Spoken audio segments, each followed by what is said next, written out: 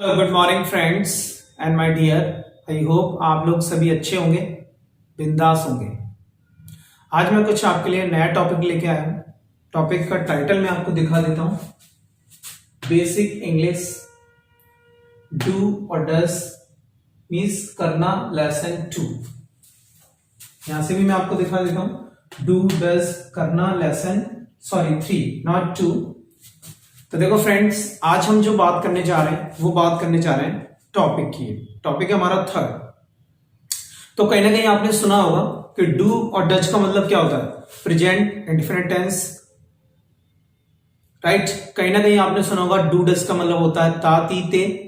आपने कहीं ना कहीं डू डज को दो भागों में सुना होगा, पहला प्रेजेंट इंडेफिनिट टेंस, दूसरा वाक्य के अंत में ता है ती है ते है। बट रियली तुम्हें लगता है कि टेंस से इंग्लिश आएगी? क्योंकि ऑलरेडी मैं कई बार आपको मेंशन करता हूं कि टेंस से नहीं सेंस से इंग्लिश आती है। जब भी आपसे कोई इंग्लिश बोलेगा, do you go to office, do you like me, तो वो साथ में ये बोलेगा ताती ते, या ये बोलेगा भैया do you take tea, present indefinite tense. ऐसे तो नहीं बोलेगा ना माय डियर। तो कहीं ना कहीं आप क्यों भूल जाते हो कि टेंस से और इंडेफिनिट प्रेजेंट करके इंग्लिश आ जाएगी ताती ते? क्योंकि जब भी सामने वाला इंग्लिश बोलेगा तो वो तो ये तो बोलेगा ही नहीं ताती थे, क्योंकि कहीं ना कहीं हमें सिखाया जाता है कि डू और डज का मतलब होता है वाक्य के अंत में ताय तीय ते। तो माय डियर एक प्रैक्टिकल कर लेते हैं कि मेरे सामने एक पर्सन आता है और वो मुझसे पूछता है डू यू टेक टी। अब मैं कैसे पहचानूं कि उसने तो बोला ही नहीं ताती थे। फिर मैं कहीं मार्केट में गया, मुझसे किसी ने पूछा do you go to gym, फिर उसने ताती नहीं बोला। तो जब भी कोई इंग्लिश बोलता है माय डियर, तो वो पीछे से ये तो नहीं बोलता ना ताती थे। तो ये रूल तो यहां पर फेल होता है कि वाक्य अंत में ताती है, इससे तो इंग्लिश नहीं आने की। दूसरा रूल प्रेजेंट इंडेफिनिट टेंस, इससे भी इंग्लिश नहीं आती है। तो आज मैं आपको सिंपल बताऊंगा, आपका टाइम वेस्ट नहीं करूंगा कि डू डज का प्रैक्टिकली मतलब क्या होता है, उसका स्पोकन में हम यूज कैसे करते हैं। इवन देन जो मैं क्लास आपको पढ़ा रहा हूं ये स्पीकिंग में भी काम आएगी और राइटिंग में भी काम आएगी, राइट। तो चलो फिर हम स्टार्ट करते हैं। तो देखो फ्रेंड, हमारा जो टॉपिक है वो है डू डज मीन्स करना लेसन थर्ड। तो आपको हमेशा याद रखना है कि जो डू डज होता है उसका मतलब होता है करना, क्योंकि डू का मीनिंग होता है करना और डज का मतलब भी करना होता है। क्योंकि डू और डज दोनों भाई हैं और डू में ईएस लगा के उसका दूसरा भाई डज बनाते हैं, क्योंकि ऑलरेडी डू तो है ही। तो डू और डज का मीनिंग क्या होता है, करना, राइट। तो आपको वन वर्ड यानी एक शब्द में तो याद रख सकते हैं ना कि डू डज का मतलब होता है करना, राइट। तो आज हम यही तो बताएंगे मैं क्या क्या करता हूं, और आप मुझसे पूछेंगे मैं क्या क्या करता हूं, मैं भी तुमसे पूछूंगा तुम क्या क्या करते हो। तो आज हमारी क्लास है करना।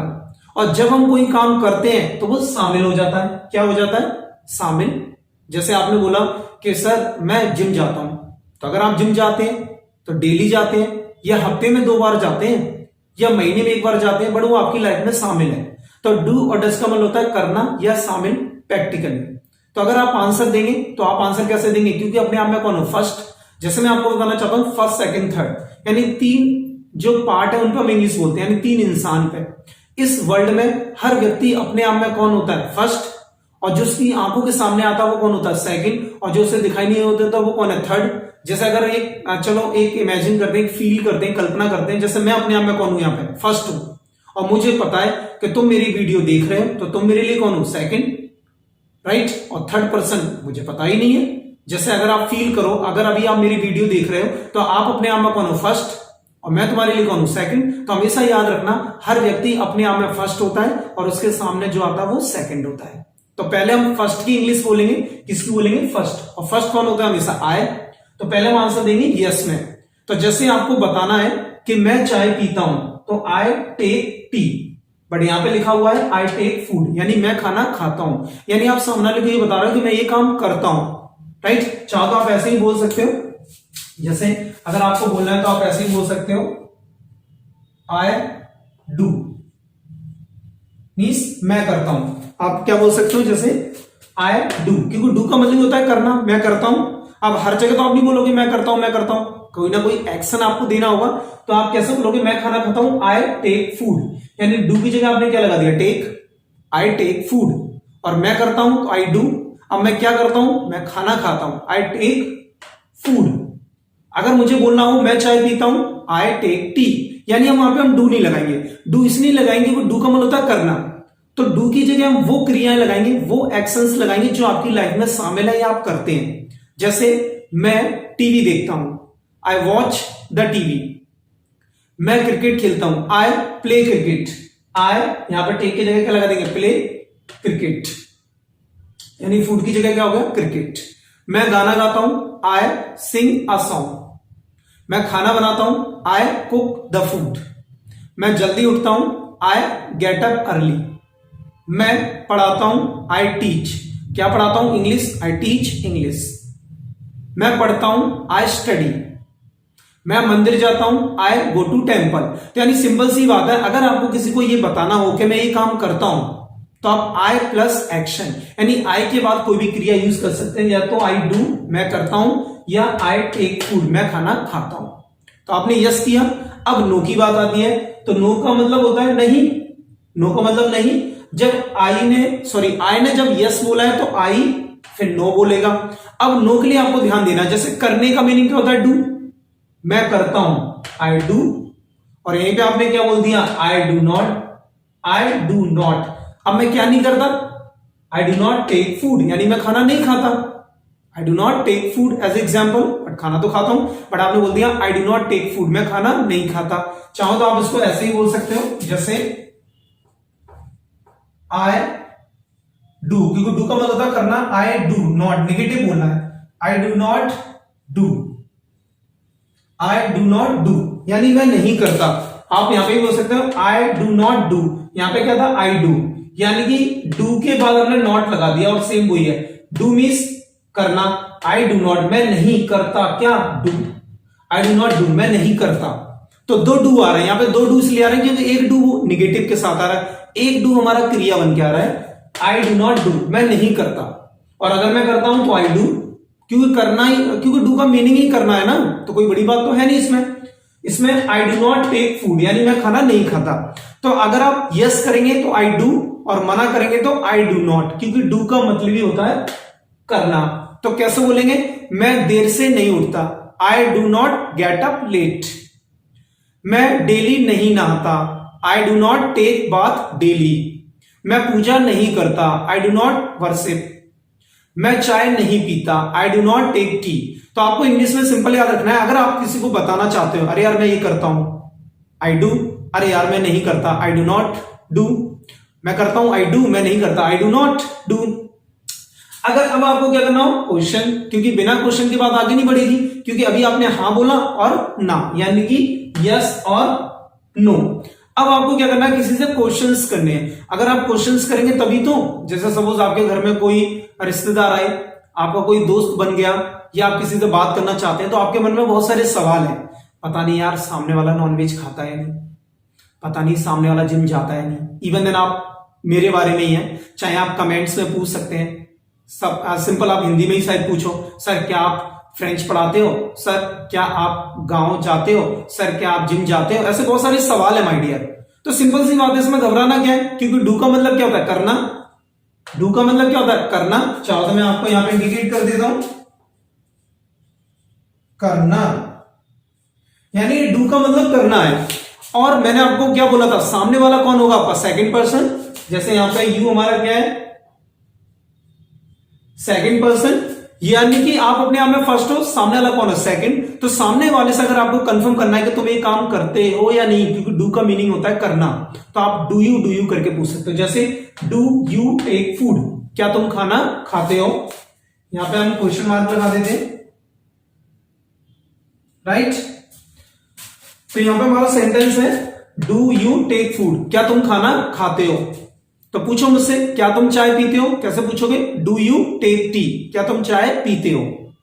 कैसे पूछोगे मुझसे, क्या तुम गाना गाते हो, do you sing a song. कैसे पूछोगे मुझसे, क्या तुम जिम जाते हो, do you go to gym. अगर आप किसी से क्वेश्चन करोगे तो डू यू, आंसर दोगे तो आई डू, या डायरेक्ट आई टेक, मना करेंगे तो आई डू नॉट, क्योंकि डू का मतलब होता है करना। अब हम पॉइंट की बात करते हैं। अगर तुमसे किसी ने पूछा do you go to gym, तो तुम्हें पता है कि डू का मीनिंग क्या होता है, करना। अच्छा, ये जानना चाहता मैं जिम जाता हूं या नहीं, क्योंकि डू का मतलब ही होता है करना। अब तो मैं जरूरत ही नहीं है, बात के अंत में ताई ती है, या प्रेजेंट इंडेफिनिट। सिंपल, डू का मीनिंग है करना। और जब भी आपसे कोई पूछे डू यू टेक टी, अच्छा ये जानना चाहता मैं चाय पीता हूं नहीं, क्योंकि डू का मतलब है करना। तो अगर आपसे कोई पूछे do you play cricket, do you speak Hindi, do you take food, तो समझ जाइए सामने वाला ये जानना चाहता तुम ये काम करते या नहीं। और अगर तुम्हें जानना है तो तुम पूछ सकते हो डू यू। तो आपको ध्यान रखना है, क्वेश्चन करेंगे डू यू, आंसर देंगे तो आई डू भी आ सकता है, या डायरेक्ट आई टेक, मना करेंगे तो आई डू नॉट। अब सिंपल सी बात है, अब जैसे आपने बोला I do not take tea, मैं चाय नहीं पीता, you do not take tea, तुम भी चाय नहीं पीते। तो ऐसा तो नहीं है कि संसार में कोई भी चाय नहीं पीता होगा, कोई ना कोई तो है, जिसके लिए हम बात क्या करते हैं, थर्ड पर्सन। क्या बात करते हैं, थर्ड पर्सन, यानी कोई तीसरा व्यक्ति। और तीसरा व्यक्ति कोई भी हो सकता है, ही, शी, नेम, चिंटू, मिंटू, पिंकी, कोई भी नाम। यानी आई और यू को छोड़ के सारे लोग क्या होते हैं, थर्ड पर्सन। यानी फर्स्ट और सेकंड, फर्स्ट कौन होता है, आई, सामने वाला सेकंड कौन होता है, यू, राइट। तो आई और यू यानी फर्स्ट और सेकंड को छोड़ के कौन होते हैं, थर्ड, राइट। तो थर्ड के लिए हम क्या बोलेंगे, ही टेक फूड। तो जब हम बोलेंगे ही टेक फूड तो गलत इंग्लिश हो जाएगी। आपको यहां पे थोड़ा ध्यान रखना है कि जब भी आप थर्ड पर्सन के लिए इंग्लिश बोलेंगे तो आपको लगाना है एस या ई एस। अब कैसे ऐसे इस लगाना वो भी मैं आपको बताता हूं। जैसे आपने बोला ही टेक, अब देखो ई यहां पे है, ई यहां पे है, तो यहां पे हमने लगा दिया एस, तो बन गया ही टेक्स फूड। तो जब भी कोई बोले ही टेक फूड तो ग्रामर गलत है। यानी कि हम जब भी थर्ड पर्सन के लिए इंग्लिश बोलते हैं सिंगुलर यानी किसी एक पर्सन के लिए, तो हम एक्शन में यानी क्रिया में जो कार्य करते हैं उसमें एस या ई एस लगाते हैं। अब जैसे लास्ट में ई है तो एस लगा दिया। अगर आपको बोलना हो गो, राइट, और यहां पे टू और ऑफिस, राइट, तो यहां पे देखो गो है, अब लास्ट में कुछ नहीं है तो यहां पे आप क्या लगा दोगे, ई एस, तो बन जाएगा ही गोज टू ऑफिस, यानी वह ऑफिस जाता है। तो आपको ध्यान रखना है, अगर एक्शन के लास्ट में अगर ई है तो एस लगा देंगे, अगर कुछ भी नहीं है तो फिर ई एस लगा देंगे। ये एस या ई एस लगाने का फंडा है, राइट, ये फॉर्मूला है। यानी कि किसी की एक्शन के लास्ट में ई है तो एस लगा देंगे, अगर कुछ नहीं है तो ई एस लगा देंगे। और आगे मैं दूसरी वीडियो एक प्रॉपर बना दूंगा, एक वीडियो में प्रॉपर बनाऊंगा जहां पे मैं आपको बताऊंगा एस ई एस कैसे लगाते हैं। बट अभी हाल फिलहाल जब आप इंग्लिश बोलते हैं किसी थर्ड पर्सन के लिए तो आप साउंड देंगे एस या ई एस का। जैसे आप इस ही की जगह कोई डूअर आप चेंज कर सकते हैं, मीन सब्जेक्ट या डूअर कोई भी थर्ड पर्सन। जैसे मेरे पापा आते हैं, माय फादर कम्स। मेरी मां चाय पीती है, my mother takes tea. Sachin खेलता है, सचिन प्लेस। मोदी जी इंडिया को पसंद करते हैं, मोदी जी लाइक्स इंडिया। मेरा दोस्त खाना बनाता है, माय फ्रेंड कुक्स फूड। तो आपको ध्यान देना है कि जब भी आप किसी थर्ड पर्सन के लिए सिंगुलर यानी एक पर्सन यानी first person, sorry not first, third person, but वो भी एक होना चाहिए, तो आप वहां पे ऐसे ई एस लगाएंगे, बट साउंड आप ऐसे ई एस का देंगे, ठीक है। अगर वहीं पे अगर आप एक से ज्यादा लेंगे, जैसे दे टेक टी, अब दे में हम नहीं लगाएंगे, यानी यहाँ पे ई के बाद हम ऐसे ले आएंगे, दे क्या है, बहुत ज्यादा है। तो आपको ध्यान रखना है जब भी हम किसी थर्ड पर्सन के लिए, वन पर्सन के लिए अगर इंग्लिश बोलेंगे यानी थर्ड पर्सन में भी कोई एक व्यक्ति है तो ऐसे ई एस लगाएंगे। जैसे मैंने बताया गो में कुछ नहीं है तो ई एस, और टेक में पहले से ई है तो एस। अगर ज्यादा है तो दे टेक टी, जैसे my friends go to office, फिर गो में ई एस नहीं लगाएंगे। माय सिस्टर्स कम, कम में एस नहीं लगाएंगे। लीडर्स गिव स्पीच, तो लीडर बोलेंगे तो गिव्स और लीडर्स गिव। यानी आपको ध्यान रखना है कि थर्ड पर्सन के लिए अगर सिंगुलर है यानी एक बंदा वन बंदा है तो वहां पे हम ऐसे ई एस लगाएंगे इंग्लिश बोलते समय। अगर एक से ज्यादा है तो सिंपल हम बोलेंगे, जैसे यहां पे हमने बोल दिया they take tea, sorry they take food, यानी वे खाना खाते हैं। अब हम बात करते हैं नो मींस नेगेटिव, यानी नहीं कैसे करते, तो नहीं के लिए भी सेम रहेगा ही डू, क्योंकि मैंने बोला था डू का मतलब क्या होता है, करना। तो आप कहना चाहते हो वो काम नहीं करता, तो बट मैंने क्या बोला था कि थर्ड पर्सन के लिए अगर आप सिंगल के लिए अगर हाँ करोगे या ना करोगे तो एस के एस का होना जरूरी है। तो यहां पे भी हम डू में क्या लगा देंगे, यस, तो बन गया he does not take tea, यानी वह चाय नहीं पीता है। तो आज आपको पता लग गया डज कुछ नहीं होता, यानी डज कुछ नहीं होता, डज में हम ई एस लगा, सॉरी डू में हम ई एस लगा के उसको डज बनाते हैं। तो आप क्या बोलोगे, he does not take tea. अगर आपने ऐसे बोल दिया ही डू नॉट तो फिर गलत हो जाएगा। क्यों? क्योंकि तुम अपने लिए बोल रहे हो आई डू नॉट और थर्ड के लिए बोल रहे हो ही डू नॉट। बट ऑलरेडी मैंने तुम्हें क्या बताया था कि जब भी आप थर्ड पर्सन किसी एक पर्सन के लिए इंग्लिश बोलोगे, थर्ड पर्सन मींस किसी थर्ड पर्सन के लिए, किसी एक व्यक्ति के लिए इंग्लिश बोलोगे, तो चाहे आप हाँ में आंसर दो चाहे आप नेगेटिव में आंसर दो, यस जरूर आएगा। तो हमने बोल दिया he does not take tea. अब टेक में हम एस नहीं लगाएंगे क्योंकि ऑलरेडी यस में एस लगा हुआ है। तो कैसे बोलेंगे, मेरे पापा नहीं आते, my father does not come. मत बोलना माय फादर डू नॉट, गलत हो जाएगा, my father does not come. कैसे बोलेंगे, मेरी माँ चाय पीती है, सॉरी मेरी माँ चाय नहीं पीती है, my mother does not take tea. मत बोलना my mother do not take tea, गलत हो जाएगा, my mother does not take tea. Sachin नहीं खेलता, सचिन डज नॉट प्ले। मेरा दोस्त गाली नहीं देता, my friend does not abuse. तो आपको ध्यान रखना है, अगर आप थर्ड पर्सन के लिए किसी एक व्यक्ति के लिए नेगेटिव में आंसर देते हैं तो डज नॉट आएगा, डू नॉट नहीं आएगा। उसके बाद हमारी बात आती है ज्यादा। अगर आप एक से ज्यादा के लिए बोलेंगे तो फिर डू ही आएगा, क्योंकि ज्यादा के लिए सिंपल वो रहेगा, जैसे मैं और आई और यू के साथ डू नॉट होता है, तो ऐसी थर्ड पर्सन के लिए भी अगर ज्यादा है तो डू नॉट होगा। जैसे they do not take tea, यानी वे चाय नहीं पीते। My friends do not come, मेरे दोस्त नहीं आते। Leaders do not give speech, यानी नेता स्पीच नहीं देते। अगर आप थर्ड पर्सन किसी एक के लिए नेगेटिव बोलेंगे तो डज नॉट, अगर आप थर्ड पर्सन में किसी ज्यादा के लिए नेगेटिव बोलेंगे तो फिर do not.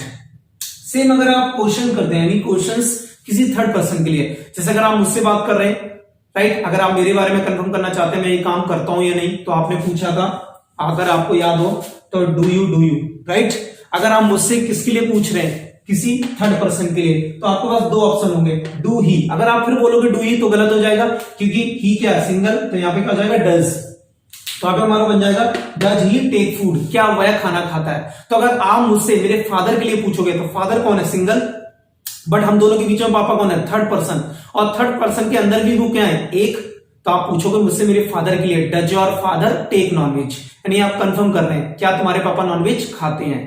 Does your mother take tea, क्या तुम्हारी माँ चाय पीती है। तो यहाँ पे आप चेंज कर सकते हैं इस ही की जगह, राइट।